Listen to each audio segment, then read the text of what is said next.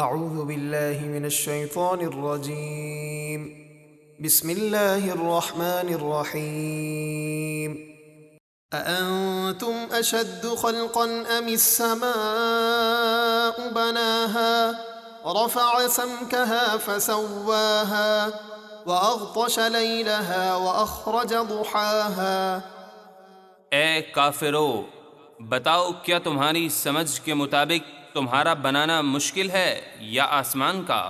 اللہ نے اسے بنایا، اس کی چھت اونچی کی، پھر اسے ٹھیک بنایا، اور اس کی رات تاریک کی اور سورج کے ذریعے اس کی روشنی ظاہر فرمائی۔ والأرض بعد ذلك دحاها أخرج منها ماءها ومرعاها والجبال أرساها متاعا لكم ولأنعامكم۔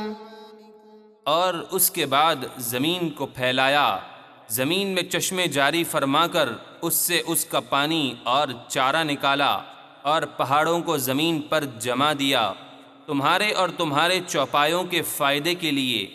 فَإِذَا جَاءَتِ الطَّامَّةُ الْكُبْرَى يَوْمَ يَتَذَكَّرُ الْإِنسَانُ مَا سَعَى وَبُرِّزَتِ الْجَحِيمُ لِمَن يَرَى۔ پھر جب سب سے بڑی عام مصیبت قیامت آئے گی، جس دن آدمی اپنی اچھی بری کوشش کو یاد کرے گا جو اس نے دنیا میں کی تھی، اور جہنم ہر دیکھنے والے پر ظاہر کر دی جائے گی۔ فَأَمَّا مَن طَغَى وَآثَرَ الْحَيَاةَ الدُّنْيَا فَإِنَّ الْجَحِيمَ هِيَ الْمَأْوَى۔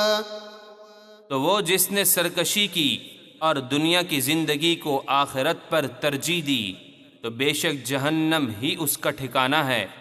وَأَمَّا مَنْ خَافَ مَقَامَ رَبِّهِ وَنَهَى النَّفْسَ عَنِ الْهَوَى فَإِنَّ الْجَنَّةَ هِيَ الْمَأْوَى۔ اور وہ جو اپنے رب کے حضور کھڑے ہونے سے ڈرا اور اپنے نفس کو بری خواہش سے روکا، تو بے شک جنت ہی اس کا ٹھکانہ ہے۔ يَسْأَلُونَكَ عَنِ السَّاعَةِ أَيَّانَ مُرْسَاهَا فِيمَ أَنْتَ مِنْ ذِكْرَاهَا إِلَى رَبِّكَ مُنْتَهَاهَا۔ اے حبیب، وہ آپ سے قیامت کے بارے میں پوچھتے ہیں کہ وہ کب برپا ہوگی، آپ کو اس کے بیان سے کیا تعلق؟